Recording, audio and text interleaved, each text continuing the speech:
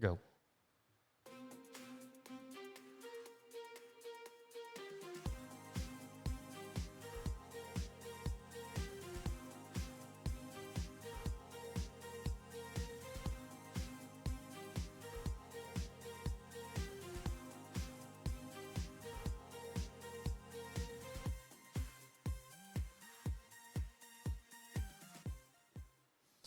Hello, hello. Welcome back to another one of these To Passing of the Podcasting. I'm your host, Alex. I'm your other host, Lon, and we have our special guest. Would you like to introduce yourself? Yes, I am Stefan. Do you have like a handle you go by on social media? No. Do you want to start now? You want like a cool alias? You know, like people go, I know this guy by the Blink. Oh, give me one of those like old Xbox, like Call of Duty game ones where it's like little X, big X, like word underscore, another word. Do you want me to give you a bad one right now? Oh, no, please, no. Can I? Go for it. Go for it. Firecrotch 163. Like it's like underscore firecrotch At least it's underscore and then like gracious. insert numbers and symbols here. Oh, Lord have mercy.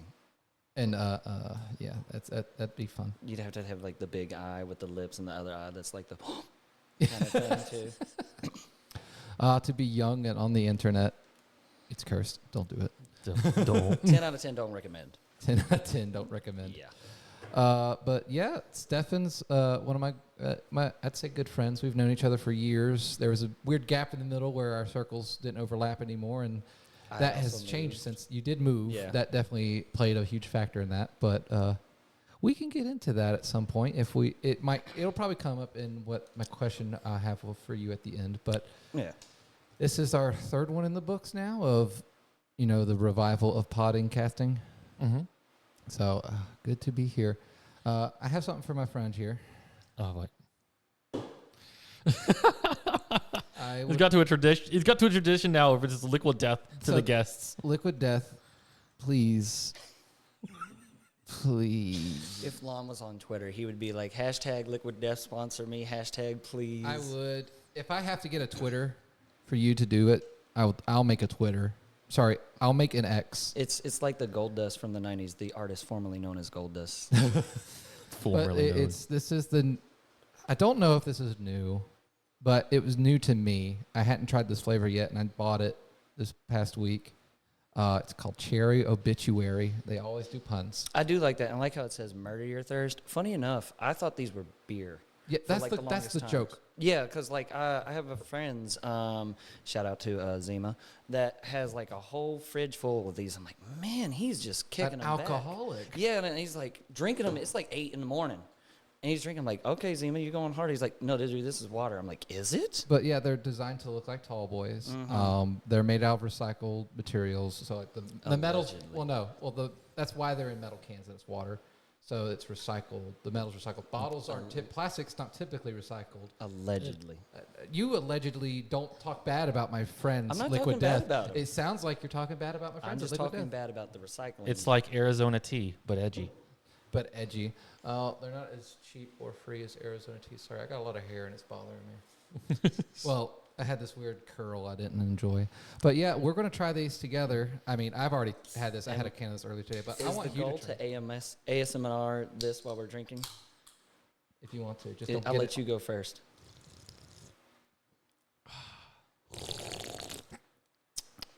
It's pretty good, right? It's got a little hint of cherry. That hurt me inside. I just want you guys to know that. Oh, I hope so. What? Just a little bit of. Oh, God. Oh, God. We could always do a cold open of me just sipping on Liquid Death instead of the music. Oh, you missed the opportunity to here. crack this in front of the mic. Get a right in front of the mic. Okay. You're allowed to keep drinking. Well, Yeah, you are allowed to keep What's going to drinking. happen is Lon is eventually going to be like Stone Cold Steve Austin and just get these, just crash them and just Open start and pouring just it. Yes, shotgun 'em. absolutely. Yeah, I'll shotgun a Liquid Death if you let me.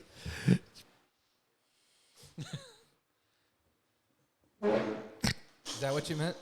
No, but that works too. I was gonna say, like, he's looking up at me, and it's like the camera's like over here, so he looks like he's looking at it. He's looking at you because you're a friend of mine and ours as a group. You're here too. Hold on here. You matter, Alex. Oh, so that way, if we look at you, we're looking at the camera. Exactly, and that works better. Mhm. Yeah. That's fair. But I'm going to look at you because I'm mostly going to talk to you. But So don't worry, I have our timer going. I got my It's- timer well, too. I think it's lined up with yours pretty well. I just Yeah. did it just in case. Okay. But yeah, we talk about card games on this channel. I know you play several card games like I do. Not quite as many, and you play certain ones for different reasons. You're as passionate about Pokemon as I am about Magic, and that's kind of where I think those ends kind of differ for us. But most everything else kind of match up one for one. I have been passionate about Magic. It's just not been the same in, I'd say, 9-10 years because it was getting, I'm sure we'll get to it. Like when I was getting into Magic, I was like, I am all about this all the time. This And thing's then- dope. Yeah, and then everyone's like, we're going to play Commander. No, not my thing. He's not a commander guy. I mean, I said, I got to put Super Moose together. If that's even what I don't do, but I think I'll do Ghidorah. I can appreciate that you like true Magic and not what the You like norm traditional. is. You like traditional forms of tabletop. You're not big into like Commander's fun, but I like having multiple copies of cards. We should just get you Shadowborn Apostles or a Relentless Rats deck, and we'll just call it a day. They break the Commander rule of Singleton. I do like a good meme, and rats are always fun. Rats are definitely a meme. Shadowborn Apostles not so much. They actually can do stuff. Is there not a format with crabs I've heard about? The Don't know about crabs? Yeah, I saw a video somewhere like everyone's like, "Oh, I'm playing like the Frodo and Sam deck. I'm playing this But elemental," and someone's like, "I'm playing crabs." you want this cold truth? That's Commander. That's Commander you're hearing about. No, I know, Because but Frodo and Sam. no, I know are- that's the commander, but there's like a commander crab deck. Like, can you do Yes. There that? is there a is a commander that is a legend. crab. Okay, that's what I was saying. Like, it Yes. is you can have multiple crabs being in. Yes, not the same one though. They have to be different. No, But I know there's that, yeah. enough crabs in Magic to make it happen. That's what I was saying. I was like, I've built this deck before. Oh, When that, so when that- that crab first came out, I don't Uh-huh. have it built together anymore. But when it first came out, I built a mono blue crab deck. It's bad, but it was fun because of the commander. Actually, it really has nothing to do with having crabs. If I remember correctly, he just That's has what the a doctor really said. big booty, and he has this ability where you could pay mana to swap his power and toughness. Or no, he gets like plus X minus X, where X is the number of islands you control. So he becomes a Voltron all of a sudden. It's kind of silly. But to talk about card games and not card games. So, oh man, what to talk about with you? I have my holy scriptures here of card games. The holy scriptures, he says. the sacred text. The sacred text. You know what? I think we might talk about more than one. Please, YouTube, don't copyright us. So You look like me fumbling in the classroom. no, and I've got to all my I'm lessons. stuck between two, and I like them both. So we might try to do both. Coin But flip it. Yeah. I'm going to approach because we talk behind the scenes to get you onto the podcast, and you suggested me an idea, and I like it so much I want to use it. His suggestion was your favorite card game mechanics, and not like, oh, I like haste because haste is fun. I like vigilance because vigilance is fun. I like counterblast. All right, well, actually, that kind of falls in that. I like resist because resist is fun. That's a Vanguard one for you. I was about to say, I like playing counter blue magic because telling my opponent no is fun. Telling my opponents no fills me with great joy, knowing that I'm the only one who can play the card game. public service announcement. I am ignorant when it comes to Vanguard. I don't play it at all. Yes, he is not a card fight Vanguard player, but he does play a lot of other card games that I play. I guess And that'd there be is overlap in some mechanics of card games, so there's probably things he could correct. grasp. Well, if anyone's close to another card game, I think it's Vanguard and Pokemon when it comes to how you win and lose the game. Oh, that is true. Because you win Pokemon by getting all 6 of your prize cards. You lose in Vanguard when you get 6 damage. Or you can knock out all your opponent's Pokemon. So if they like To be just fair. have one out there and they don't have anything, you knock it out, you win. Correct. Those aren't the typical scenarios, but It's they typical come of up. prize cards, yeah. It's prize cards is the more traditional route. If they get very unlucky, that the alternate win condition happens, and sometimes that's just that's like getting over trigger and crit sacked in Vanguard. It's like, man, you didn't guard that. It sucks. But I just happened to be really lucky, and you didn't. That happened And to then- me in my second game in the first round of the Pokemon regionals in Charlotte. I was playing against the same like deck, and it was like a donk deck. So if you like go second, which is when you can attack first, it's like, oh man, this thing like powers up. You can immediately put yourself ahead. Well, I was like, okay, turn one. I put out just a itty bitty Pokemon, just like a Pikachu, for example's sake, and he pulls out Stage one. Rayquaza, like a giant monster, just dunks 300 on something that has 120 health. And he's like, do you have anything else? I was like, no. He's like, GG. I was like, that's how that started. Like 8, 9 in the morning, out of 9 rounds. Oh, dude, you're having like inverse with me when I was at regionals last. Well, back in December, because round 1 was great. Round 2, I fought a mirror and just got bodied because my first damage was like key pieces I needed to win, and he had them and I didn't, and so I was just like, sometimes you just get unlucky. I kept winning after that. I don't know about for you, but like after that, things went a lot smoother and got better. And I had to fight for everything, but nothing was as one-sided of, hey, your key piece, it's over here in your damage. Hope you didn't need it. Versus you, it's like, I only had one Pokemon. I'm so sorry, Dad. I didn't mean to disappoint you. It was like the youngster Joey meme of, I have a level 3 Rattata. Let me unleash This God. Rattata is the top percentage of Rattatas. You don't even have shorts. I mean, there's also the universal win con of all card games, except for, I think Weiss is the only one that doesn't pertain to this, but you deck out your deck, draw the last card of your deck. Technically in Weiss you can, because every time you refresh, you take you clock a damage. Yeah. So I mean, if you happen to be almost at 4, essentially your fourth level, because every time you fill up your bar of clock, you go up to the next level, so you can play cards at the level. Once you get to 3, if your clock fills up again, you lose. So if you happen to run out of deck and you have one more clock left, because that clock you take from refreshing your deck can't be negated by anything. Yeah. It's a mandatory damage, essentially. And so if you take it, that's technically you lose by deck out. You still have a full deck, but you lost because of deck out. But it's much easier in other card roundabout games. way, yes. In a roundabout way, yes. Pokemon, I've realized, is very easy to deck out in. And Vanguard is too, if you're doing it right. Yeah. Extremely annoying, Kyle.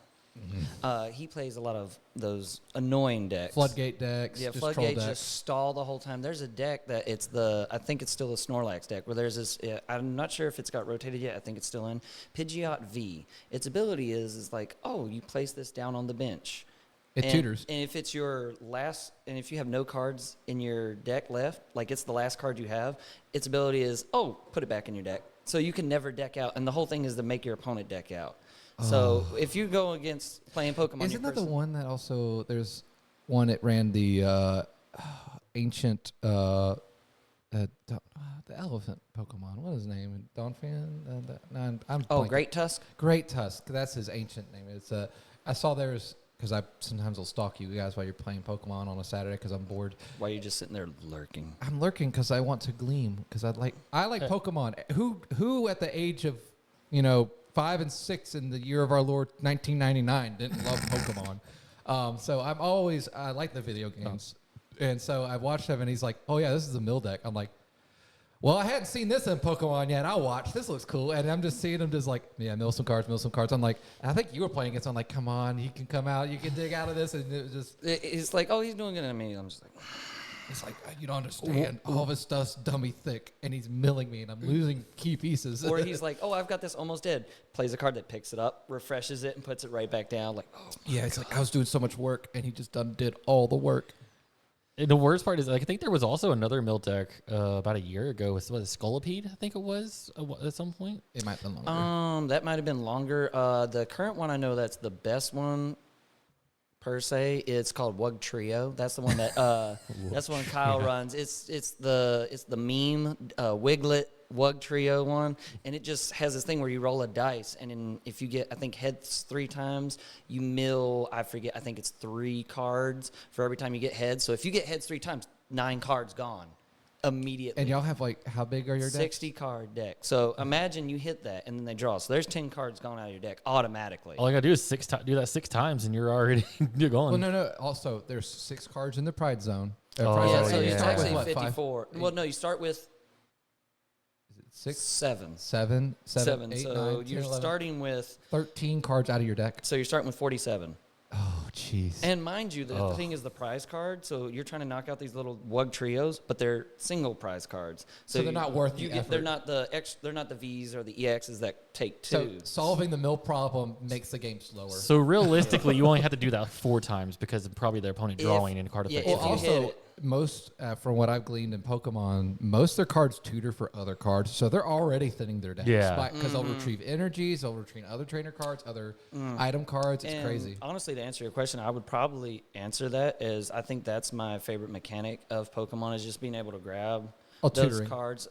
It's like an archetype kind of thing in a way, because like with Yu-Gi-Oh, it's like, oh, go grab this type of card. But growing up, we didn't have too much of that when we were playing when we were younger. Archetypes were still pretty young, or if they were kind of bad. And let archetypes. alone you couldn't do a whole bunch of searching. Because what Master Rule was that even? When we Well, were that's playing? not that searching wasn't the problem. It's just not many cards would get other cards. Usually, if they did, they would get restricted pretty quickly. Definitely. Like Stratos. Oh yeah. Rest in peace, King. He died before I got to see him. I don't even think I ever saw it played. Because Oh, it I got did. limited to one in You did? Edison format. Yeah, I and played, then after uh, Edison, he got banned. Eesh. I was playing the format where Absolute Zero was. That's Edison. Yeah, Edison and Heroes and SL Stratus at that point. Wait, I thought Absolute Zero wasn't in Edison. He totally is. Oh no, that's what we were talking about. Yeah, I thought we were you're talking thinking of Mass Hero Acid. That's the one in Hat or Tengu. Maybe I'm not. I think it's close after Hat. Or sorry, it's after Tengu. I have no idea. I know some. I pretend to be a Yu-Gi-Oh. Not big brain Yu-Gi-Oh. Sometimes Philosopher, I guess. philosopher Yeah. of Yu-Gi-Oh. Sometimes Scholar. in my age, I've realized I don't have the timeline correct 100%. When I started playing Yu-Gi-Oh was late 2013. It was Dragon Ruler format was in full swing. Talk about trial by fire. Yeah, That's how I met you. So Yeah. because I mean, Gadget Mishina was still solid Yeah. because it's just making dudes. But yeah, what I want us to talk about today, because I think we can keep spamming. I just want to make sure we're going to eventually talk about the topic is our favorite card mechanics or card game mechanics. So like, what card game is your favorite and why? Like, what makes it? What's the draw to it? Because for some people, other than nostalgia, because we Yeah. could talk about nostalgia. Yu-Gi-Oh has nostalgia. Pokemon has nostalgia. Essentially 'cause- all of them have 'cause nostalgia. well, those two have it because they were shows that you watched as a kid. So you got to collect them all, got to And catch they- them all, got to do the thing. And then Magic's just been around so long, it just is nostalgia. Well, as crazy, and just a sidebar real quick, as crazy as the hype was behind Pokemon and Yu-Gi-Oh, the big thing with Pokemon, especially for where we are and around this area during that time in the 90s, it was all it's demonic, the pocket The witch demons. hunts, yeah. And Magic is literally with like demons. so the death. set that did it was called The Dark. There's a cool YouTube video if you kids want to do your research. There's this guy, he did a video on it. His name is Ristic Studies. He does really cool like deep dives into Magic. They're usually like half an hour videos. They're really cool. They teach you the history of like the card game and like how it impacts our us on a social level, and Yeah. it goes into the art of it and all. And it's really well thought out. I really encourage it. But he had one. It's about the Dark that came out in the late 90s, and it talks about that whole card games are the devil, Dungeons and Dragons is Satan worship, stuff like that. Which in hindsight, and that's what caused Unholy Strength, the Magic spell card. It used to have a pentagram in the background. That's what got rid of that. Was that whole And I guess that would have set up controversy. for Dark Magician and Dark Magician Girl to be called that because they're originally, Black Magician, Black Magician Girl. Yeah, so you're not doing black magic, and that also led into Yu-Gi-Oh's very heavy editing of their card arts in the early. Well, that was editions of also the game. because of 4Kids, because the 4Kids show you had to Well, kind not of even subsidize not all of even that. just the anime, like It was in the just the card arts cards. too, like Dark Magician Girl. Reduced press size. We will always still complain to this day of Magi Star Magician Girl. We want her in the TCG. I need her because of my Dark Magician Girl deck. Yeah, it could use a level 6 succeeds. No, there's no good ones. Well, They're for Ebon or Ebon Magician, I think, is the only one. he's a rank 7 too. Never mind. But yeah, Magi Star Magician Girl, beautiful card. I think I still have one. I think I have one in my collection somewhere. Has If it been not- reprinted in like Japan, or is it just Yeah, like the it only exists in one? Japan. Well, I know, like, but does it have like multiple artworks? No, it only has the one. Oh. And that's the reason it's not here is because the artist himself would not relinquish the rights to edit it because he loves the card art. And I don't blame him. As an And now- artist, I get it. Correct me if I'm wrong. It's the anniversary. You know where they had Red Eyes, Blue Eyes, Summon Skull, and Dark Magician. The one where he's Oh. like super buff. It's the same art, I believe, Si- done by the same artist. Maybe I'm not 100% sure, so I'm not going to That's claim. But it has a similar vibe to it. Mhm. But the problems is she has cleavage, and the biggest one is her gem on her necklace. It has a pentagram in it, and he won't let them change that. Because I think all of hers have a pentagram. That's why it's a little red orb. It's dead. Yeah, Yeah. they used to have those and all the gems and stuff, and like Foolish Barrel used to be a cross on a tombstone. Axe of Despair had a skull on it. Axe of Despair used to have a skull, and it's just like some bandaged up thing or like some big rock. Just an actual axe. Yeah, I can't remember. It's some silly editing. And then they eventually was like, okay, I think people are mature enough to handle it in our society, and so they did the Lost Art Promotions, which is just like, I feel like a bigger cash grab because let's talk about the Harpy ladies. They're huge censoring. But to come back to hard mechanics, and Alex, I don't know if you think you got one. I might let you go first. I'm gonna come last Okay. because like I It's know just an easy question to answer. I get that, like, but you also wanted to tie it into like why that is your favorite card game for that mechanic and everything like that. So I'm trying to think of like To the justify mechanic reason. of like why this is like why I got drove into it. Gotcha. Because what about you? You think you have one that comes straight to your brain? It was your idea. As far as like what makes it your favorite card game, Yeah. Like what mechanic in your favorite card game like got you there? Like what did it for you? what got it started into the card game, or like I was already playing it and it got me even more hooked. Yeah, well, it got you more hooked because like I don't think mechanics get you in if you don't know how to play. Mhm. Exactly. It's one of those things where like the art got me there for most people. It's like the art or the Yeah. nostalgia, the media surrounding it. Yeah, or like The it's crowd around it's it. easy to learn. For me, I would almost say it's a tie between like the tutoring for Pokemon and for me with Shadowverse would be Necrocharge. Necrocharge. Yeah, because it kind of reminded me of because the only like I would probably say what definitely got me hooked in because I was already playing Pokemon, like that was already happening, knew about the searchability, but I would probably say with Shadowverse is what got me even more into there and got me into the main deck I always play is that Necrocharge because it reminded me of Lightsworns and Yu-Gi-Oh. Trying to get to Which- certain grave conditions. Yeah, and or like Chaos or anything with like Dark Rainbow Dragon, Dark Arm Dragon, that stuff for certain conditions are met. And because I was playing fairies before, mainly because that was all that was left at the store for Yeah. Shadowverse. But when I saw Abysscraft and noticed the Necrocharge, I was like, oh, that's a pretty good mechanic. I'm getting mollywopped sometimes by Dragon decks, which is what everyone played. Even though Sword was the top deck at the time during set one. It was both. Both Yeah. Sword and Dragon were good. It just all depended on what your twist was on the Sword deck is what made it good or not. But it, showing up for logos like, oh, I've got my, Forestcraft deck. I'm going to do my best with fairies. Dragons. Fafnir, boom. Dragons. Conflagration, boom. Uh, All uh, my boys. Oh, I'm beating Father up. Hell. I'm finally beating them up. Shenlong. 3 copies.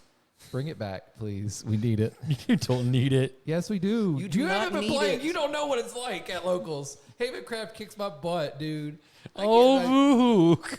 You boo-hoo when you fight it. I I want to hear you go, Lon was right. Just for once. And just for once. I've been sorely lacking in the locals recently with Shadowverse because of taking online classes and stuff. So You've been a busy guy. been busy guy. Adulting. But when we get to play, it's I'm fighting Lon, which is how I built most of my decks. If I can beat Dragon, meaning beat Lon, I think I should be fine. And then everyone stopped playing Dragon Except me. except Lon. Yeah. Well, the other guy that was playing Dragon, he went to go on and play Or then Lorcana, and now he's playing, what is it? I'm talking about Blake I think, what's the Grand Archive? is Grand what he plays Archive. now. Oh, he's He play- kind of hops around from what I understand. yeah. Which, that's fair. If you just want to keep, hopping around to do stuff, understandable. Yeah, that's what I would say would be Necrocharge, because it's the whole thing of like, oh, I'm getting beat down, my monsters are there, but they can help me get stronger, and also not to mention cards like Death's Breath, which is essentially Monster Reborn, Yeah. which can bring, oh, this thing went down, let me With bring bonuses. it back with bonus, and then of course we all know my favorite card in Shadowverse. It's Medusa. It is Medusa. You're going to be sad about set 8, is it? No, I'm not going to be sad. Well, because it's in Rune. Hey, I might pick up Rune. No, you won't. I've got Haven, I've got Sword, I've got Abyss, I had Forest. I can add another to my collection. You're going to be Thanos over here with all Hey, the decks. I'm getting You're in going to there. be spread too thin for any one of them to be actually good. They'll all be like, they're pretty all right.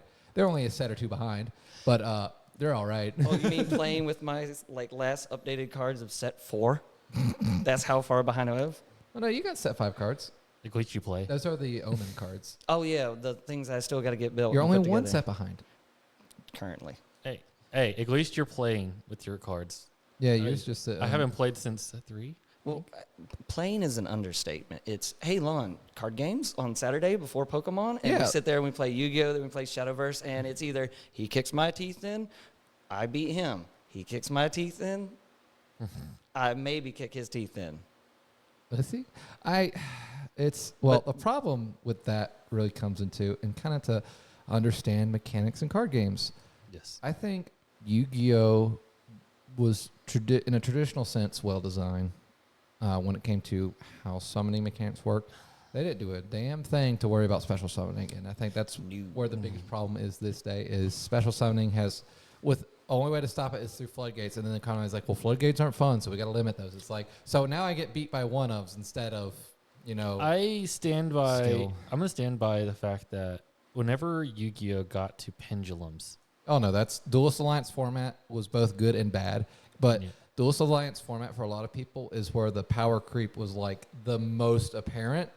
But for a lot of people, it's like, oh, there's so many options, and there were. It was technically a balanced meta, only with the new stuff though. Yeah. You're playing anything really older than like a set or two, but like Well, you're behind playing that, synchros, geezer. no, synchros were fine. It's Yeah. just like as long as they were in the archetype for something being played. Like Shaddolls could do it because they had a tuner in archetype, so you could summon a synchro monster every once in a while. But like Mermails, who were really good in the prior format, they're like barely there now. Yeah. And it's like we were Just- relevant, and now you're not. because some It's- people will say that like Exceeds format was what really hurt the game because the windup and Zector's format really killed. That was the turning point of Yu-Gi-Oh, and then it's like, but I think it was pendulums because I think Exceed format was kind of good. Like it fixed itself in halfway in. I think Exceeds where they started tough and they got better as it went along. Yeah. Exceeds weren't the most cracked thing because the special summoning was like the archetypes were pretty tamed. Yeah. It wasn't too insane. Nothing was, you weren't just bodied But I think a pendulum is like, oh yeah, here's a whole board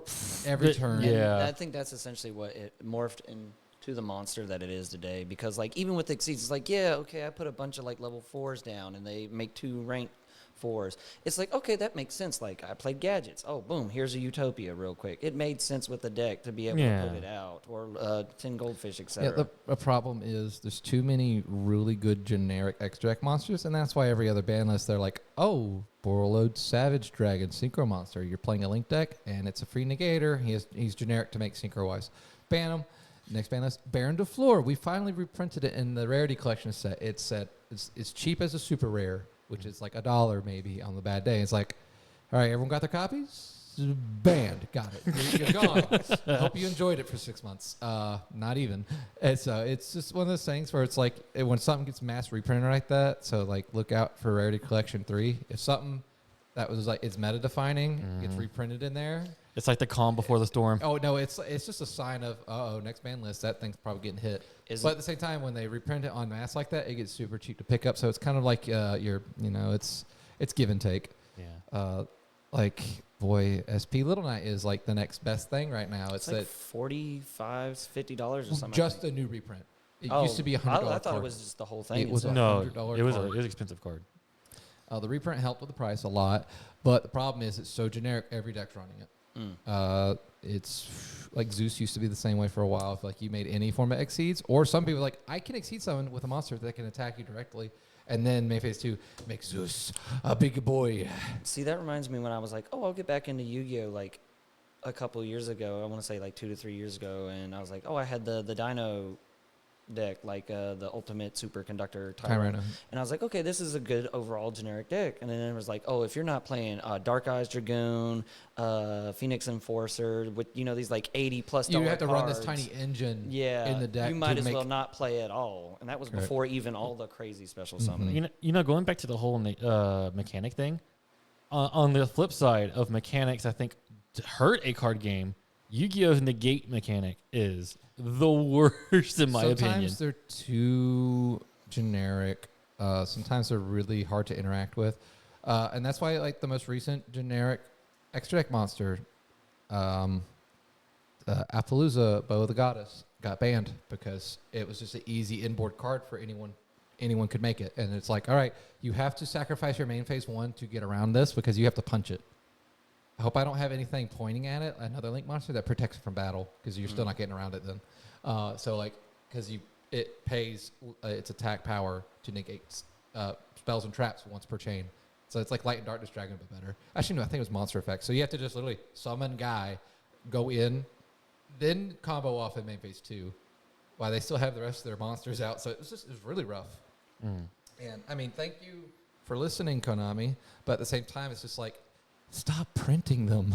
You're also responsible for this. They know what they're doing. I know. They got to make the money. I get it. But at the same time, they've done this machine for 3 years, it feels like, where they print a broken deck, let it go as a tier 0 deck. Much Oh, I know. longer. But you know what I mean. They let it run, get a good amount of money, because people will sit there and buy boxes and stuff like And then that. when it And gets then its second or third reprint, and then then they kill it. No, once they get to the point where they're like, oh, we need a new archetype. Well, nobody's going to play it because this deck, well, just hit it. So that way they don't play that deck and they'll play the new deck. Correct. That's like, we'll have to kill their child, so they'll adopt this new child we created. Exactly. Which I would honestly say is kind of one of the reasons I've always loved Yu-Gi-Oh since a kid kind of thing, but I enjoy Pokemon. And granted, it's like that thing with Magic's old format that used to be the popular thing where it rotates, but you still have cards that are like, this is super overpowered, but then they'll have things that come in and balance it out, and it's still good.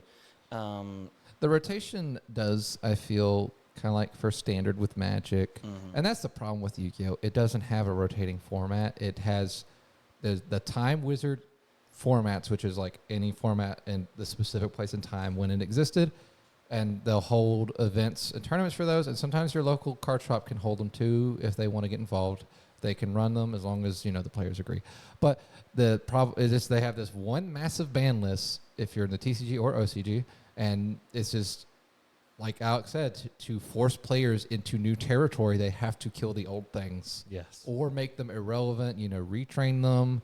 Errata this cards, like, oh, it was banned for a while. Here's it unbanned, but now it's like it's missing a leg.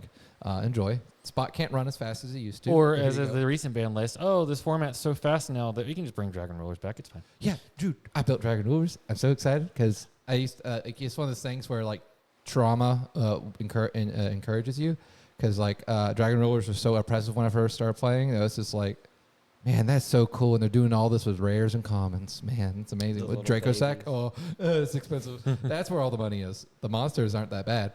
And then I'm like, now I get to play with them with more new dragons. It's kind of fun. It's nostalgia mixed with new stuff. But yes, that's a bad sign, is when a card was so busted 10 years ago that you now are allowed to bring it back and not be an issue. It's like, that might say something about your game. Yeah. Which sitting there, Dragon Roller's like, you could not live with your own failure. Failure. Where did that bring you back to? Me. Oh, no, it's so true. But like with Pokemon and Magic, standard specifically, the rotation helps with that. And like you look, I think excluding Commander, because it's got its own thing. Yeah. It's technically a second child to Wizards of the Coast, like their R&D department, or they're banning. It was an unofficial format that became an official format. And they have their own council that runs it, and they decide the bannings. But at the same time, Magic can technically take that away from them anytime. Yes. But so it's kind of like an unofficial title, official title. So like that's its own thing. But like the eternal formats in Magic, like Pioneer, Modern, Legacy, they have usually when a newer Magic set or a Modern Horizons set comes out, the older Legacy formats like suffer and like thrive on the ground and like spasm out because of how powerful the cards are. Like just out of the box, like they're insane. Like Modern Horizon 2 was like one of the worst offenders, and they just recently finally banned one of their cards. Like this has just been annoying. You're banned. Like it banned it in like 2.4. It was Grief. They banned it in Legacy and Modern. That's bad. Yeah. That's bad. It got banned in Legacy. Yeah. Because Legacy usually can take a lot. They're like we've got everything, so this is nothing. But yeah, if it's bad there, it's bad. Yeah, and that's what I think your point really stands to, a Pokemon having that rotation. And I used to play Standard for a while, Magic. I like it, but at the same time, I hate it when like I spent money on this card, and now it's going to leave, and now I can't even sell it. Because most people, it's like it's either was the card collectible, and if it's not, then it's worthless. But I think y'all typically keep certain staples that'll always get reprinted. Yeah, for the most part. There's like Switch has been in since the beginning. Like you can play as long as the Switch card says item on it, you can play it in today. So you can have a card from like I think they started putting items like mid-2000s later. Card that's like almost 20 years old in Pokemon. As long as it's been reprinted consistently, still play with that copy of it. It's like, ooh, I've got the super rare shiny thing. It's like, I've got the 04 rare kind of Exactly. It's like one of those cool flexes, is like, but not necessarily. They print it. They'll print the staple key pieces out the butt, which is smart, but they'll also make super chocolatey ones for collectors. Yeah. Or Looking at you, Bushy Road, with your effect triggers and stuff. Well, they've gotten better at it. They've gotten better, but we they still need can it use more. We can still use more, especially for lyrical. Holy cow! There's so many like generic lyrical rear guards and stuff that like they just need like one or two more prints, or just more accessible. That's not just lyrical set. Yeah. They're just in. That's because lyrical's not in core sets, and that's what makes it hard. Sorry, I cut you off. No, you're good. Like the key thing with Pokemon is, unless you're getting those crazy chase rare cards, like the most expensive card in Pokemon is really going to be like $10-12. And that's like, this is the card that everyone should have in like the top decks. And if it rotates out, oh, this Pokemon's my favorite Pokemon. Oh, this card put it in my binder. I put it in my binder. He put it in my binder. That's what the kids like. I had a student of mine walk up and be like, hey, Mr. Lowe, do you like Pokemon? I'm like, yeah. He's like, look at all these Pokemon I have in my binder. Just like hands it right there. I'm like, oh my God. So I'm going to show off a little. Flex time. So it's not really a flex. It's just more, okay. You can call it Showing off is flexing. I don't play Pokemon. But he does collect Pokemon. I don't play Pokemon. Well, it was Paldean Fates came out, and it was really popular at the locals, and I'm looking at the cards, and I didn't know this was a thing they did. They made For shinies the people listening Well, no, that it's don't okay. get to visually see this, Lon's holding up a binder full of Pokemon full cards. of Pokemon. It's an entire binder just But smacked they filled made with Pokemon shinies, cards. in order of the numbers on the set too, right? Yeah, I started collecting the whole set because, like, if you're trying to get the shinies, you're going to pull everything else. Yeah. Because the shinies aren't the guarantees, but because there's shinies in the set, getting high rarity pulls were more often, so it was an okay thing to invest money in. And there was like some of my favorite Pokemons were in here. I love the Staryu and the Starmie ones. Yeah, like classic Pokemons. You got like Charmander, Charmeleon. Oh, you mean Entei just a was in here. slightly different shade of orange? You want to shut your fuck? Scyther's in here. Abra, Kadabra, Alakazam's in here. Spiritomb shiny. If I'm correct, Tinkaton, which is a newer Pokemon, I thought was super cute. I believe. And they I got don't know freaking if it's- Mimikyu. I don't know if it's that Kadabra, but that one, if it's not the one before it, was the first Kadabra to be printed in like almost 20 years. Oh, that's right. Because wasn't there like a big like copyright thing with the There was a name? big copyright thing with the name, and like it had not been made For for the years. longest time. 'Cause, right, didn't they have to like make it like easier to make Alakazam and It's such? just rare candy. Yeah. Because the original rare candy, you could go from to stage 1, so you could go from Abra to Kadabra, You get to or skip you a can step. do Abra to Alakazam, which is what it is now. Gotcha. Mm. But Scizzor's in here, Snorlax in here, Ditto. Like you got your classics and your Gen 2s. I love Gen 2s. And then they made these EX ones that are super pretty. And then they had full arts. Oh, and your And then your God boy- pulls that you The God have. pull. I pulled 2 Charizard EXs. Sold the first one immediately, and then I pulled it again. I'm like, well, I'm keeping you now. I pulled the Gardevoir twice, kept the first time because it was like 50.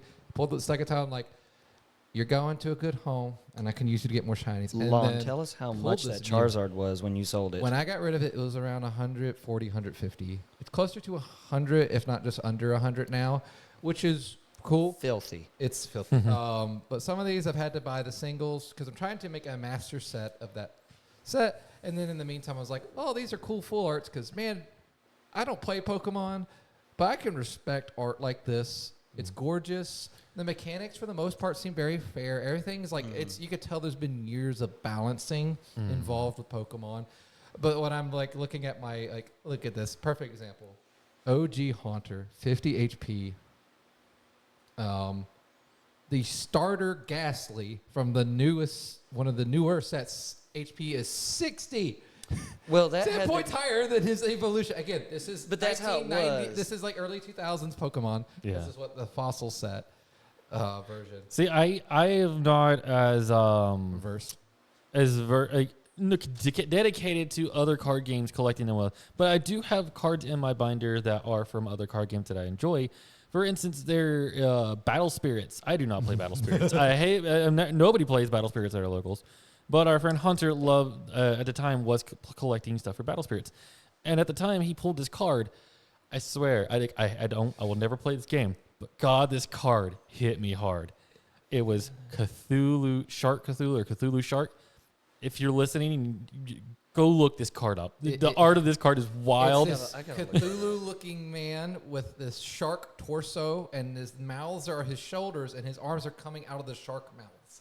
It is ridiculous, and it looks sick as hell. I'm like, I don't care about this card game, but I want this in my binder because I want to see this art. What's its name again? It's like Cthulhu Shark. Cthulhu. no, shark. Is it Shark Cthulhu? Yeah, It might be Shark Cthulhu. Shark Cthulhu Shadow. It's one of the two. Do Shark Cthulhu Battle Spirits? I'll probably pull it up. Yeah. Thing? There's also an alt art. I like the regular art, not the alt art. That's the one. Clicked on that. yeah, I'm click- trying to just go go to images to show me. Well, yeah, you could just Okay, well, click never on the mind. card. It's going to there. But like that's That like one? I will collect like random stuff like that. See, but- it's like 3 sharks together. See, there's a shark there, and his arm's coming out of its mouth. Oh. That's it. Oh. Here. yeah, Oh, like when you wow. actually notice the art, like it like It oh. looks like a Megazord This from thing Power is Rangers, an- but Oh, like oh, octopus here, and shark. I'll get it as close to the frame as possible. Dude, that goes. If you can see this, oh god, it won't focus because there you go. it It is hard. like literally sharks coming out of Cthulhu. and both Cthulhu's coming out of the shark. Again, if you're listening to this, all I can tell you is just Google it. Yeah, it goes hard. The card probably sucks too. Oh yeah, the card's not that great, but I love the art.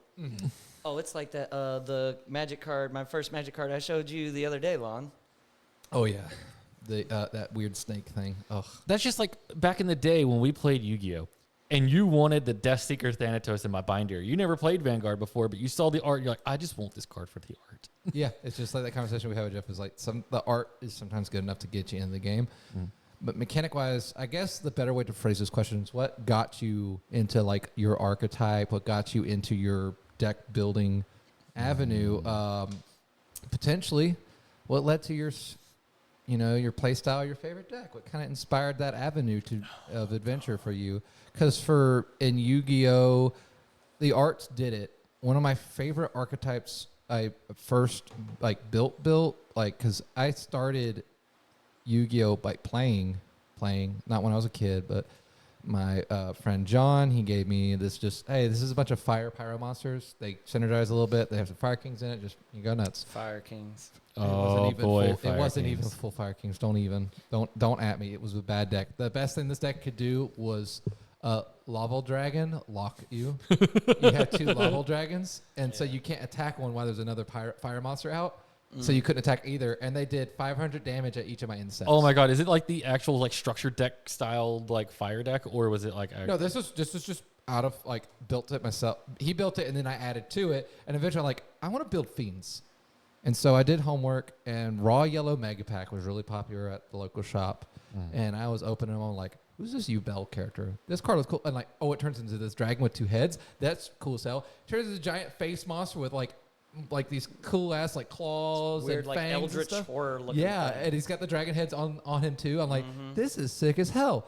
It's a bad deck, but it was fun. I mean, retrospectively, it's like Yubel finally got support more recently, and like Yubel's like awesome now. I was about to say it's like one of the best decks there is right now. Yeah, it's like top 3 for sure because the ban list didn't do really much to it. But the style of the art was cool, pulled me in, and so I'm like, I like fiend stuff, and I try to do that. I'm like, I like dark archetypes, and then someone tried to like, here's Blackwings. They're all darks. They synchro summon. They're still a little hit right now by the ban list because Gale was still at 1. Kaloot had just come back, but Black Whirlwind was at 1 still. So like, it was fun. It was the first full archetype because the Yubel one I built from scratch. This archetype, I had played it and it was fun. I was enjoying it. I was actually winning for once at my locals. It was really cool. And then finally, a guy at my locals, he's like, you want to build Evil Swarms? I've been playing Evil Swarms. I know you like it because Evil Swarms, because Yu-Gi-Oh! Has the coolest untapped potential out of many card games like itself.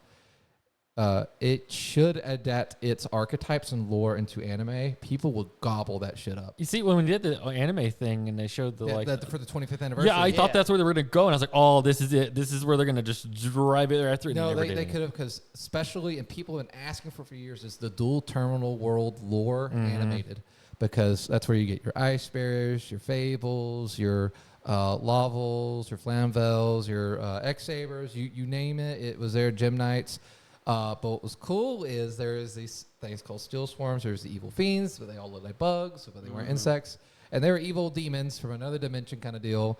And then when they got killed, they're like spirits, like infected the world. And then there was evil swarms. So it was just corrupted people by this like floating ghost virus of like, yeah, it's their dead souls just corrupting people like a plague. And I'm like, this is cool as heck. It's a control archetype, but it's just like this like evil monster thing that's just like, oh yeah, this card you can direct parallel to another Yu-Gi-Oh card, and this is the corrupted version of its corpse. I'm like, that goes so hard. And then they're like, here's a counter deck to it. Constellars, they're these cool star people that are constellations. I built them too. I'm like, these guys are sick too. This like the art and the mechanics of the both. They mirrored each other. 2-episode anime on it. Like each story, like maybe. You know the irony is now that I've never heard the Evil Sworn lore. But now that you said that, I'm like, wow, dude, it's the plot of Ghost of Mars. If you've ever seen Ghost of Mars, it is literally the plot of Ghost of Mars. Oh, is that so that's a like video game, literally? Right? No, it's a movie. Okay. It had like Ice Cube, I think, in it. But anyways, they go to Mars, right, and they're going on this expedition. They're like mining, early 2000s. and they mine and they find this bacteria on Mars that infects people and turns them into like zombie-ish kind of like crazy people. So literally, it is like an infected virus that was spread across over the air to people and turned them into undead freaking. I was like, oh, it's like the plot of Ghost of Mars. I've never seen it. I'm assuming it came out in the early 2000s. It sounds like yeah, it's about early early 2000s like sci-fi action movie. It has Ice Cube in it, so it can only be that. Are we there yet? Was a movie, dude. That movie was funny. It was, and then they made I don't know how many sequels. I know they made at least a second one. I know they did make a second one. I don't know if there was a third. Well, real quick, I'm gonna go ahead and answer my question to your initial thing. Mechanic wise, for me, for card games, Vanguard, the biggest thing that hooked me was the drive check mechanic, because every time I played a card game, whether it be Magic, whether it be Yu-Gi-Oh, or any other card game, there's always the decks that say, this is the predetermined, you will win or lose. There is nothing you can do about this because I have this set up and you cannot win or break it. But in Vanguard, the luck mechanic of, I can drive check a heal, or I can do a crit trigger, and I can get myself out of this situation. You can dig your way out. Really, really drove to me like why I love that game, because I don't feel like, you're playing against a mono blue deck, you're instantly going to lose, or you're playing against a Yu-Gi-Oh deck and they make a hold board breaker, 5-card negate board. You're just screwed. You're really not going to break through this unless you're super lucky. Unfortunately, and because I know people, keyboard warriors here, calm down, I know in Yu-Gi-Oh there's cards that like, you can just use this like Forbidden Droplets or Dark Ruler no more. You can like negate their whole board, but at the same time, it's like that's not the point. You have to have these one card outs to these boards. There's no other way. That's the problem. Yeah. Not that it's like we printed a card to help. It's like, well, how expensive is that card going to be? Because those cards I mentioned used to be expensive till they got like 1 million reprints. It's like when we play Modern, and I managed to get out the Mecha Knight. What's his name? Oh yeah, Avermax. Avermax, yeah. IP Masquerade. I'm like, I have to bounce it without targeting it or banish it without targeting. Lon, I have to do that to beat you. I have to be like, here's this thing you can't kill, so I can By at any least do traditional something. means. And then you're just like, bam, it's I dead. found the way. Yeah. But it's like in Vanguard though, like you can be playing against a deck, right, and they just rush the hell out of you, right, and they throw you all the way to 5 damage because 6 damage in the game you win. So like before you even get to your second turn, you're already about to lose. Oh. But you can get lucky in the game, and you start your turn, you start drive checking, you start hitting heal, and you go all the way back down to 1. Or also in that vein, if they're rushing you and you take triggers as your damage, you get to add that power to your Vanguard, so your Vanguard gets harder to hit each time. Yes. So you're like, you're stacking up now without losing cards in your hand. You're like, all right, it's getting harder and harder. It's like usually when you rush, that's usually what stops the rush. But back to what I was saying earlier, like, but it also leads into the other thing I really like the game is because it makes the game last long. It doesn't feel like the game is literally resolved in 1 or 2 turns, like Yu-Gi-Oh! Or sometimes Magic can be that way. It's rare in Magic, but depending on the deck you're fighting, it can end very fast. There's very like clear moments where there's not many top deck moments in like 60 card formats. Yes. There's very rare top deck moments that get you out. Yeah. But when you play Vanguard, you're the going to be shovel. going at least 4 or 5 turns. So you're going to have a good back and forth with your opponent. And sometimes, and like you said, and that's what's kept me in Vanguard is you get games like that. Because like I like modern Yu-Gi-Oh, but unfortunately the games just don't last long enough for me to like get the full pull out of it. Those games don't last as long as they used to. Because I remember when I first started playing Yu-Gi-Oh, I'm playing Yubel, it nukes the board while keeping a big nasty monster around, and they have to find a way out. And I'm just like, we're both on the defense right now. We're waiting for for this problem to get solved. Otherwise, we're in a state that's like all quiet on the Western Front. This like this Mexican standoff is really cool. Vanguard's like punch, counter punch, punch, counter punch, and it's really fun. It's just this back and forth until like I finally don't have any more to give, or I'm finally out of ways to stop the hurt. And but like here's a good example because Stefan doesn't play much Vanguard, so I'm going to hear Unfortunately. I want to hear your reaction to this. How would you feel if you played a card game, right, and you have a 30-minute timer, and 50% of the games run out the timer? Oh, like if it's like just a one match. If It's a best of one it's match. best of one. It's a one match. You play one match, but I'd say 25% of those games will go and pass that timer.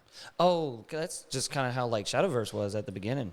Yes. It was super slow. Like you would be lucky to beat a deck a lot of times. But especially. but Vanguard's like that. All of Oh. Vanguard since like through its inception, I feel has been that back and forth.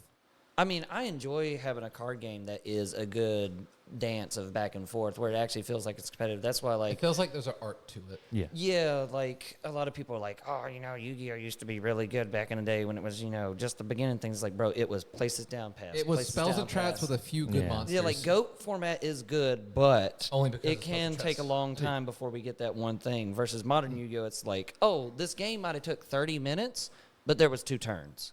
Like because I my watched combo setup turn was forever. Yeah. I play modern Dark Worlds.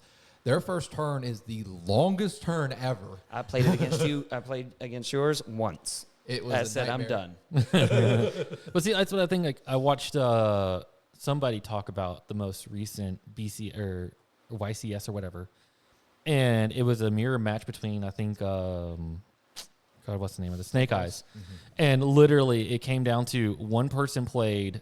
I think it was a cross-out designator, and they shook hands. They never played out the match because that one card decided the entire match. Literally, the entire match was like 15 seconds.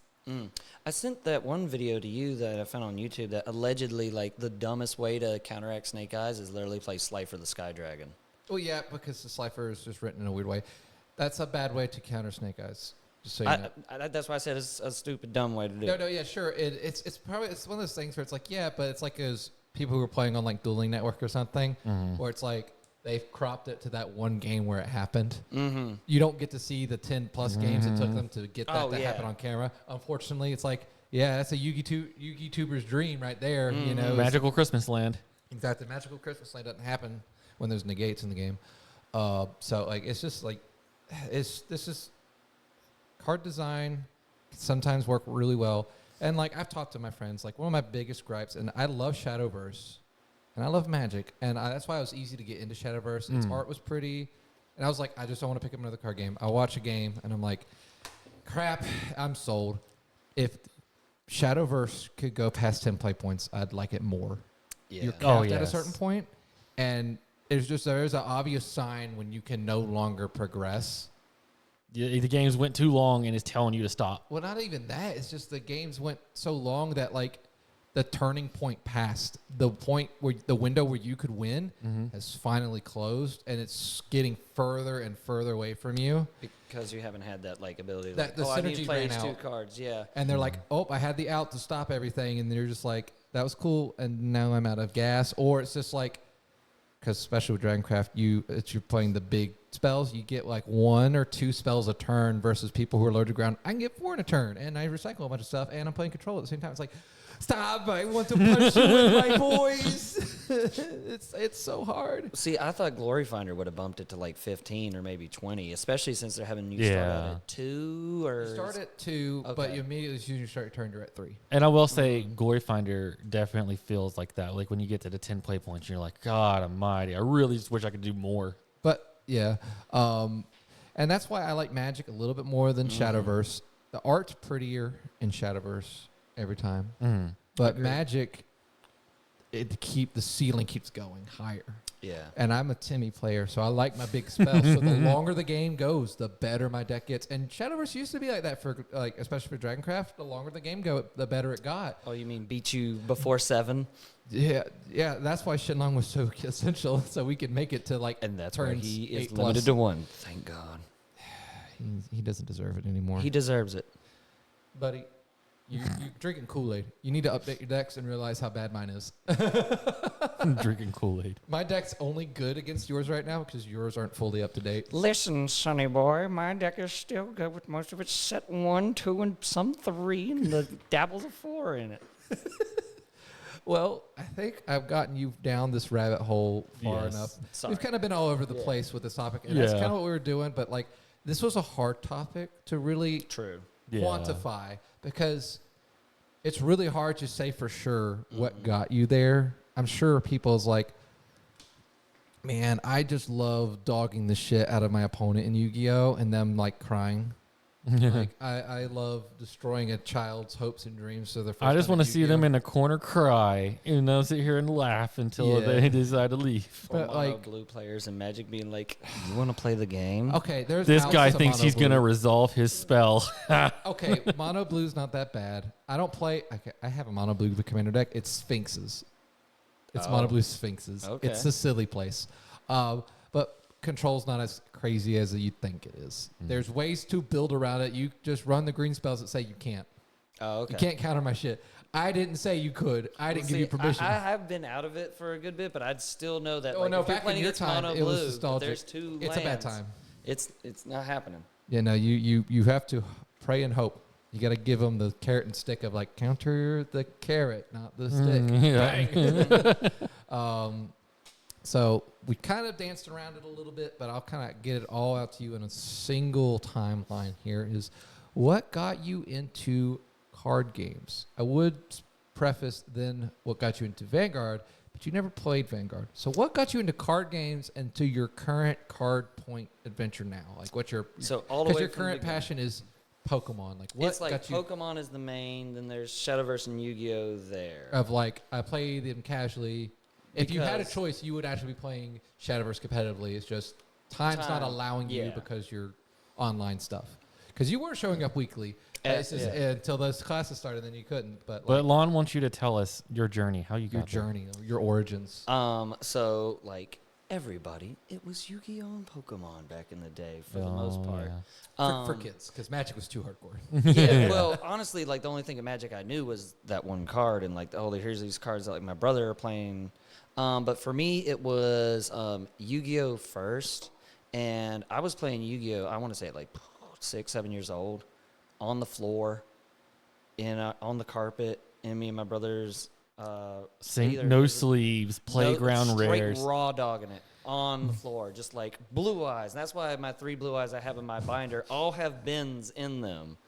And But they're nostalgic. yeah, but like we actually played, and this was still while Duelist Kingdom was going on, where they were like, "Oh, I summoned Dark Magician just because." We're like, no, we got to sacrifice. I'm What talking. the fuck's a tribute summon? Yeah. And I was like, why aren't you guys tribute summoning? So that's why when one of my favorite video games, like Yu-Gi-Oh! Forbidden Memories, it's like, oh, I can just play cards for whatever. Oh, But man, if I that don't- takes me back down some memories. That's one of the hardest games I've ever played in my life. I beat it 2 years ago. After 20 years, I said, and I'm done. I'm going to keep you for fun memories to go play, but I am You'll done. stay on the shelf. The only reason I beat it is because I beat Forest Mage, who gets you like all the good cards, and I got a copy of Meteor Black Dragon, which is 3,500, and can counter Gate Guardian. Oh. So I just did where I copied it onto one other memory card, and then traded it, and then copied it onto another memory card, and traded. So I had a full play set of it and like all the other stuff. Wait, isn't this also the same one? I'm trying to remember. Isn't the same one where you can just fusion summon anything? Yes. Yeah. It's the fusion summon to make Thunder Dragon and go. Because there was fusion monsters in that game that never existed because they were like, yeah, just fusion summon anything. It makes anything. Yeah, you want to We'll make it up as we go. Don't worry. Two-headed King Rex, just fuse a dinosaur and a tank. Boom. Yeah. But That's Fossil Dino Tank. All right. Don't at the him. Fossil Dino Buggy. But Yu-Gi-Oh was the first one. We were playing that, and then what got me into Pokemon was obviously my brother had the Pokemon cards. There's the infamous Charizard that's still in my binder with the bend across it because I put it in my pocket. You know, It's what it is. It is what it is. It's ancient history. I had the Pokemon trading card Game Boy Color game, which taught me how to play it. Because, like, we had the decks, but we weren't exactly sure what we were doing. We thought it was more like this game of Magic that we kind of knew of. He knew. And so I was playing it, and I said, okay, this is kind of cool. But Yu-Gi-Oh! Was always the first love, and I played it with friends all the time. And then I got to high school, and I was just rounding Hickory one day and saw this place called The Dugout, Cards and Games. I was like, what's this about? And I walk in, I'm like, hello, I am young teenage Stefan. I play Yu-Gi-Oh! Do you play Yu-Gi-Oh! Here? Oh, yeah, we play Yu-Gi-Oh! Here all the time. It's on Fridays at, what was it, like 6 o'clock. 6 o'clock sharp. It was like they started, I think, around 6 or 7. So like if you showed up around then, you were good to go. Which shout out to my mom, who would get off of work from being a home health nurse, Oh. drive all the way from Statesville to Taylorsville, pick me up, and then Oh. drive from Taylorsville to Hickory Bro. to drop me off to play card games for a little bit, and then just do stuff. Keep yourself busy. Yeah, so shout out to Moms you, Mom, on that. are the real heroes. And is then what it I'm was hearing. worse when I finally got my driver's license. I didn't have my after 9s yet. So it's like, oh, cool, guys, I show up. 2 rounds. Bye. Oh man, God, I hope I wasn't winning. Yeah. Oh, I was definitely not winning. The best I was doing was like 1 and 4. But that's what got me into playing that more competitively, and that's where I bumped into you guys eventually, both Lon and Alex, and John as well. And it was like, okay, cool. This is kind of cool. And I was playing just throw it together, teenage mind deck, and then I got into dragons because I was like, okay, dragons can kind of work a little bit. I wasn't like, I like Blue Eyes White Dragon, let me play that. It was like, no, Red Eyes Darkness Metal Dragon, Red Eyes Wyvern, Axe Dragonite, 2000 beater. Didn't you also at one point make Chaos Dragons? Yes, I did. Because I was like, oh, this is kind of cool. And it was when the Chaos Dragon deck came out. And I was like, okay, this is something a little more synergized because my thing was Plus, jumbled mess. You didn't have to pay for dragon rulers because they didn't synergize together. Yeah. And then I was like, okay. And I eventually got into Magic. So, like, this was just like, oh, I'm only playing the 1-card game, nothing really. Pokemon was still kind of there to the side. And Magic, my first Magic deck I ever bought was the Heroes versus Monsters Theros, like my deck with Pulchronos And it and had Sun Titan. Oh, Yeah. you could get it at your local Walmart. I remember that. I picked it up at that local store. So I was like, okay, this sounds cool. My friend was like, oh, Stefan, you're going to get into Magic. This is cool. And I was like, all right, so show me kind of how it works. 'Cause my Show brother me had your moves. He had shown me how it worked before. I played against his mono blue deck with Thassa. And I was like, I like this deck too. So I was like, oh, I was playing mono Thassa, green. God And then I of the played sea. mono blue. What if I put them together? And then I was like, oh, Simic. there's Simic? Synergy. Love that. Simic is such a good color combination. And It's that's... it's like when you play a video game and you're like, oh, cool, I'm going to choose a night class. And then you get to a point where you're like, oh, you can choose a secondary class. Welcome to multi-classing. Oh, you mean just Dungeons and Dragons? Yes. But Yeah, and then I got more into Magic and played it heavily. And essentially, what it was is like that was my consumption was Magic or Minecraft, Eminem, throughout high school and early college. Yes, I too Eminem, Magic and Minecraft. I haven't played Minecraft in like 8 years. I need to. It's fun. I know it is. That there's no such thing as one more block. No, there Dude. is. No such thing. And there's always like it's on every platform now. You can get on your phone at this point. Yeah, it's kinda You crazy. probably can. Oh, I know you can. It'd probably kill your phone, but you Phone can. would sit and melt in your hands. But So it blows up a stack of bombs. Like, how do I get? You've seen those videos where the guys like blowing up their like base or something. It's like, my computer. It'd be the same way with your phone. It'd be like, ha, ha, ha. Like I've literally seen the one where the guy is like, you can hear him just go, and you can hear his computer going in Well, the background. and I No. showed you that video of the dude who like goes down the hole and it's like potato farm. It's just a sea of potatoes. He's like, dude, what have you done? My computer. And the guy like is down there and flips the switch, so it spawns all the potatoes, which Oh, has such a pixel. And you no. literally see the guy like, oh no, my piece. It just starts like fizzling out, and it like cuts out the pictures like, my piece. It's just so terrible. No. Yeah, but yeah, that's what. Then I was like, okay, cool. Card games, these are fun. Now, fun fact. I do not know about playing Vanguard because I've never played. But during that time, when we were playing Yu-Gi-Oh, when it was starting to get a little bit out of hand because Dragon Rulers and all that were going, there were people like, oh, you don't need to play Yu-Gi-Oh. You need to play this game called Vanguard. I was like, what is that? I'm like, That's for nerds. Yeah, that's for nerds, man. Look at this. I was like, I don't understand that. It's not easy to my simple unga bunga brain to be able to play this. Why don't I sacrifice? Why don't I special summon? No, I'm not playing that. But Vanguard players are like the no the offense, Vanguard players. how do you call it? Like the cult that comes around, be like, oh, you're having a bad time? Come over here. The grass is greener over here. It's Let's like a lure you cult. in. Well, that's literally what happened in Zector format. That's how they got me. But and then Magic I got out of because one, all my friends were occupied with other things. I was like, Magic, or they were playing Commander, and I bought the one Commander deck, and I was like, okay, I'll play this. Couldn't do good to save my life, and also To be fair, the early pre-cons were not weren't Terrible. good teaching tools.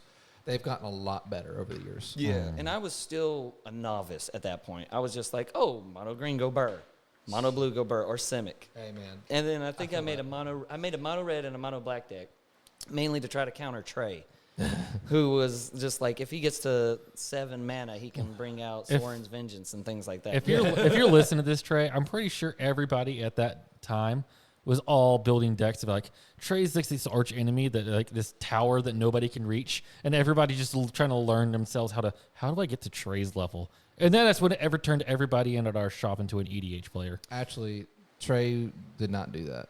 It was not Trey. It was the player known as Super Moose. Oh, it was Super Moose. Never mind, Super literally, Moose.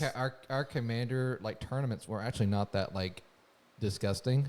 Yeah. And then Super Moose shows up with Super Moose with Commander, and he's like, "Oh, I have what is it? A Crucible Worlds. I got like all this like fancy cool stuff in my deck, so I'm going to win. Like it's no problem."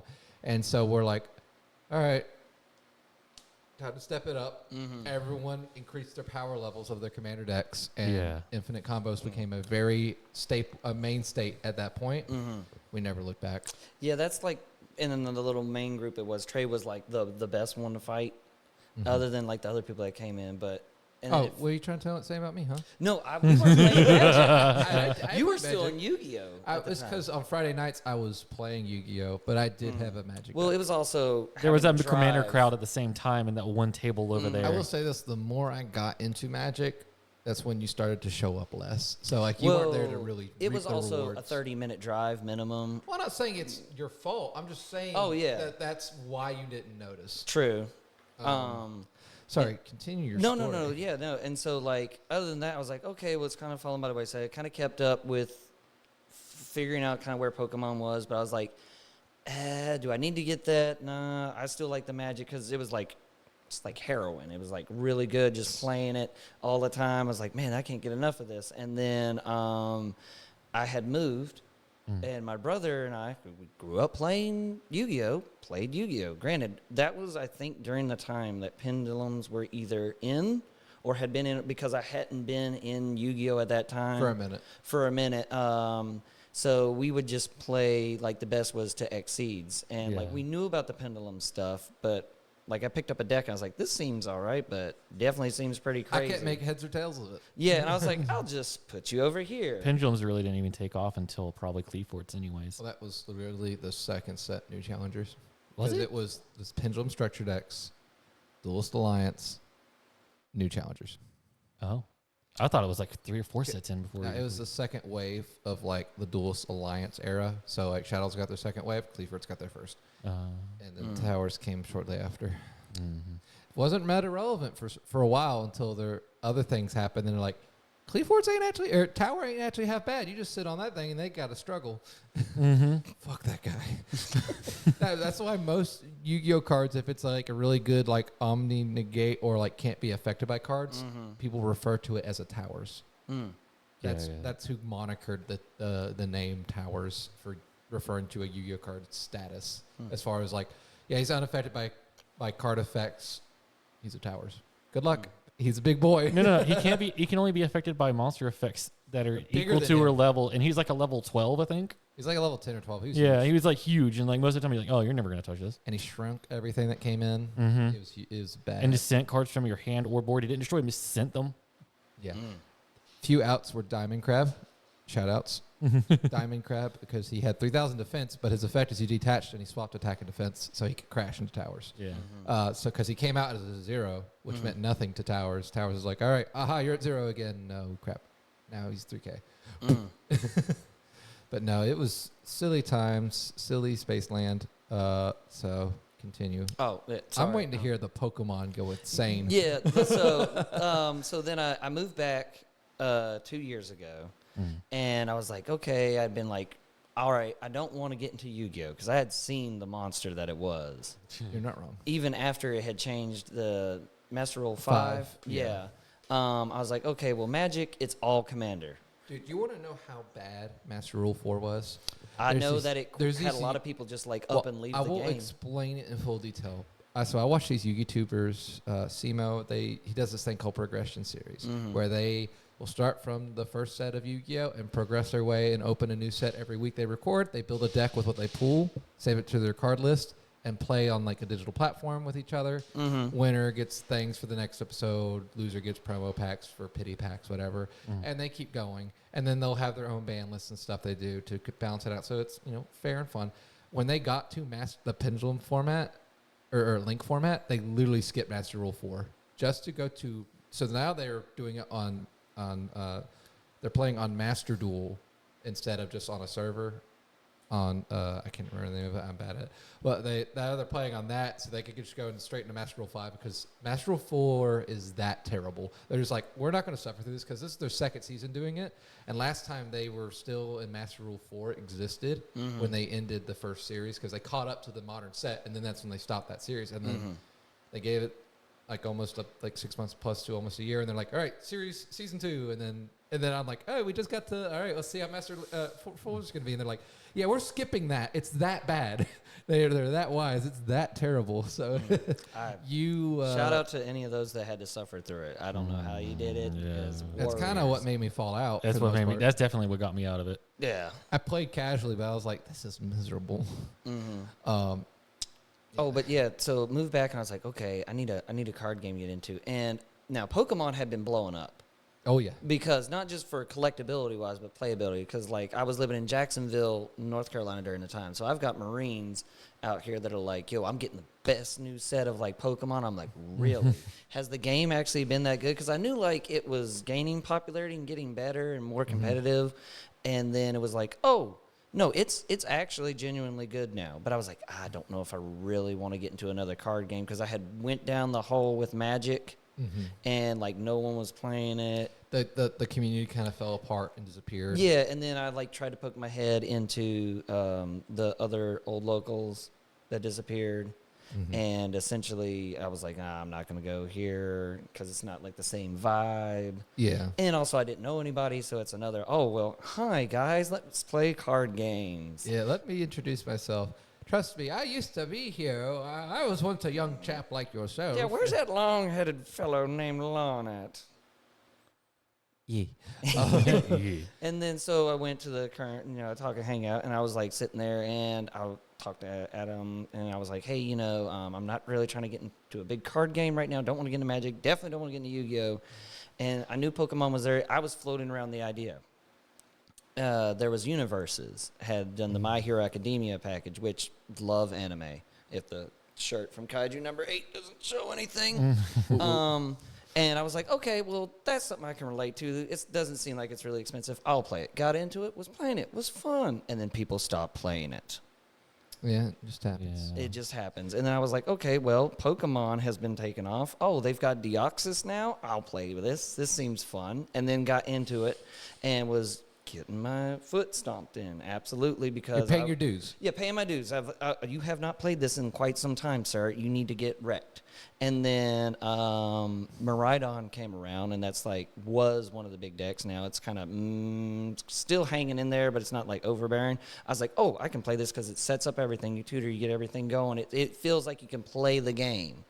And You get a solid foothold. you get a solid foothold. And then it was like, okay, well, then I'll try this over here and try this. And I was like, oh, that didn't work out. Well, this is still here. You had your safe deck. Safe deck that I can sit there, play. May not win all the time, but may win sometimes. Do solid. And then Shadowverse came out. And I was like, I really don't need to get into another card game because I was just in My Hero. And it fell apart.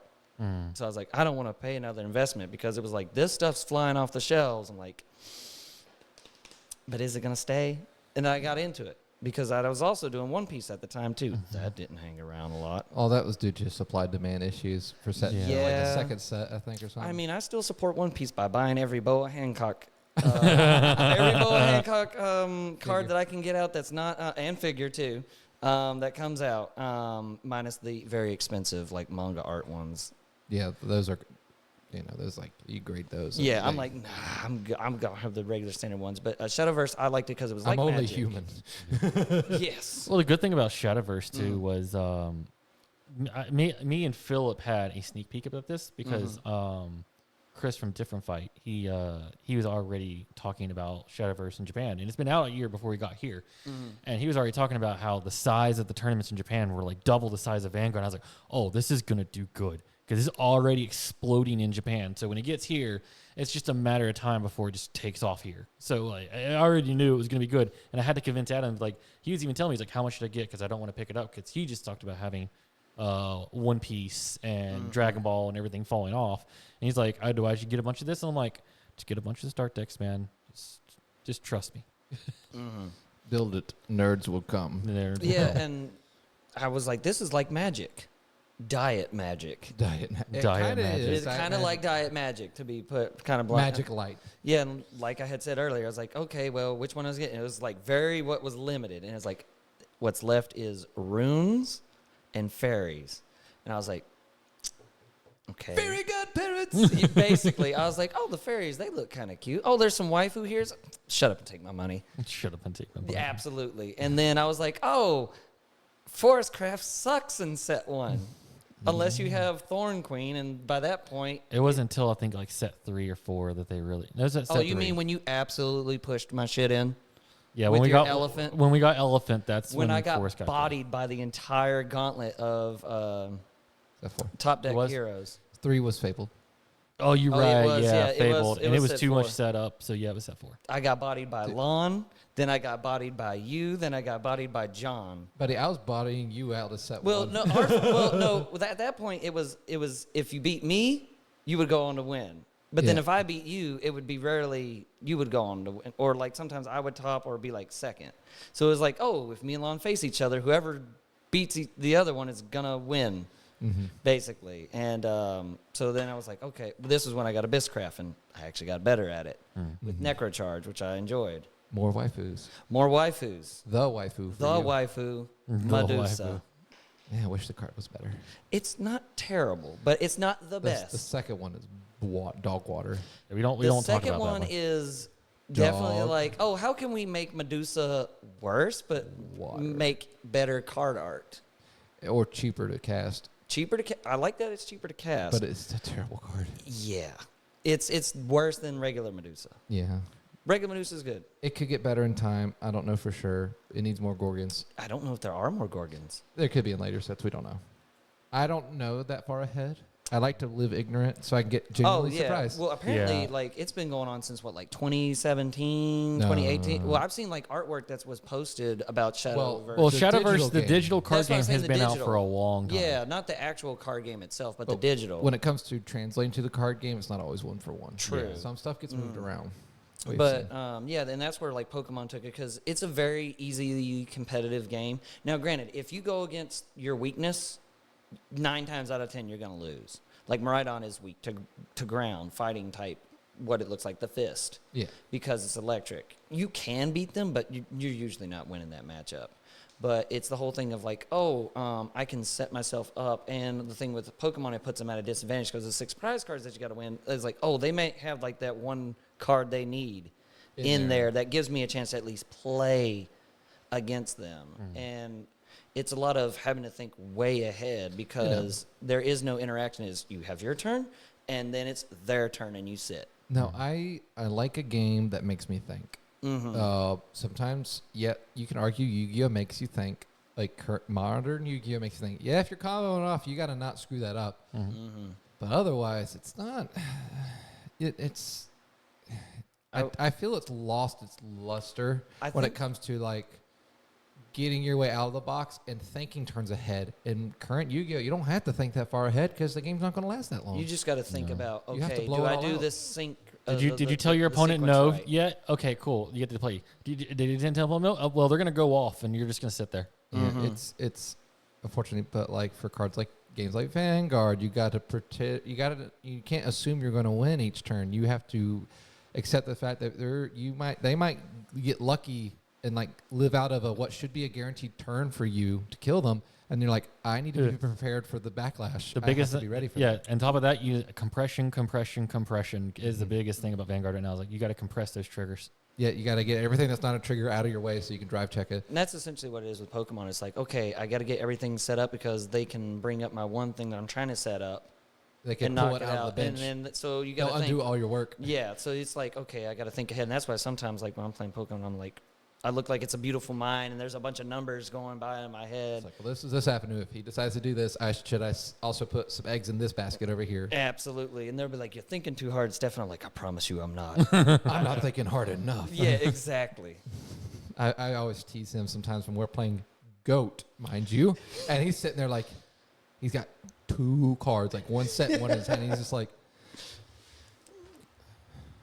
he's like doing that, like, the thing. Oh, I'm yeah, like, yeah. Hey, I'm like, li- I literally in real time, like, buddy, it's been like you've been sitting there for 5 minutes. Like, we're not tied, but like, it's 2 cards. How complicated is it? And sometimes they'll surprise me and be like, this is why I had to think about it. I need to know if I really should go in on this. I'm like, most of the times it never pays off, but Yeah, it's just like he it's- surprised me every once in a while. But sometimes they're like, "Buddy, like, did you sleep enough last night? Did you get a little too in there?" So Yeah, sometimes I'm like, okay, You need- I think You I need a think. steepy? Yeah, EP. if you don't think that long out turn and playing some of those games, I'm like, oh, I'm probably gonna win. It's like, when is this card drop? When should I expect? does he this? have the? Does he have the one of? Yeah. Is that torrential trivia set? Yeah. It's like, oh, there's so much to this. It's like, Wait, is that Book of Moon? can you pass the turn, please? I want to play more cards. Oh, but yeah, no. I think we hit all of our bases for the most part. Yeah. Again, that first question is kind of hard to define. I mean, Your that's favorite why I was deck like and a play throw it style? out there. Definitely went on a lot longer than the other episodes. Yeah. Well, it was just one of those things of just like, what is it? It's like you said, hard to define, and went off on little tangents, and that's Yeah. like you said in I think the first episode. It's like, oh yeah, I'll be out after locals and spending out 2 hours on the parking lot. It's me a lot of times. yeah, Yeah. it's him on Saturdays. It used to be on Tuesdays. And now on Fridays. So if it's the Vanguard group and I'm not super tired, we'll talk for like an hour or so. Or Wednesday when we're there playing free play. Yeah. And we'll step outside, and I'm like, I'll be like, I it's gotta go to it's work in the 8:30. morning. And I'll be able to get home and have dinner and go to bed at a decent time. And I'm like, 9 o'clock. It's 10 o'clock. Hey, it's 11:30. You should probably get home. I'm like, yeah, I have to go, guys. Like, I'm enjoying the Yeah. conversation, but I got to go. And Exactly. that's kind of why I'm doing this right now. Get this out of my blood and get it onto digital surface and a soundbite that people can hear. Yeah. Let Listen other to people my thoughts. Let other people chime in, give you more incentive to talk. Exactly. But I think we could wrap it up here. Yeah. I gotta test your loyalty. Oh wow, you've actually been. I hadn't been noticing it. This is nice. It's nice. I've never been a big fan of sparkling water. This is the exception to the rule. How much are these? So you can get them typically at your store. They're $2 a can, kind of like a Monster. But you can get a 8-pack, if my math is right, for like they're a little pricier. It's like $14-15 for the 8-pack. Okay. And I typically drink one of these a day. A little special, but I had 2. Notice one you're this morning, and then I had this one today. Yeah, like as far as sparkling and flavored water, this is pretty good because I remember when Propel came out. That's not sparkling anything. Well, not That is sparkling, but it was flavored that's water. Sugar water, dude. It was like this is like if you get the water at a restaurant with the lemon, you squeeze the lemon, you just start pouring sugar in it. yeah. That's what that is. You see, you should be thankful. You're pretty special. You got a drink. I didn't. He actually asked, "Are you gonna bring one for Alex?" I'm like, "Nah, we're both on camera. We'll both get it. You can't get the liquid death in your screen." He's like, Alex, I can who? hold it up like right. Yeah, see, All right, you, dude. you Look only at you, both look at you. can't- That's why you didn't get the liquid death. you can't drink and. This is why you don't have nice things, Things. Alex. That's why I don't have nice things. Okay, I can only supply so much. You've tried liquid death. I've watched you drink it in front of me. Yeah. He hasn't. He had to Yeah. convert a new member. I had to get him in the cold. Yeah. Mine's way empty. I drank it. Soup.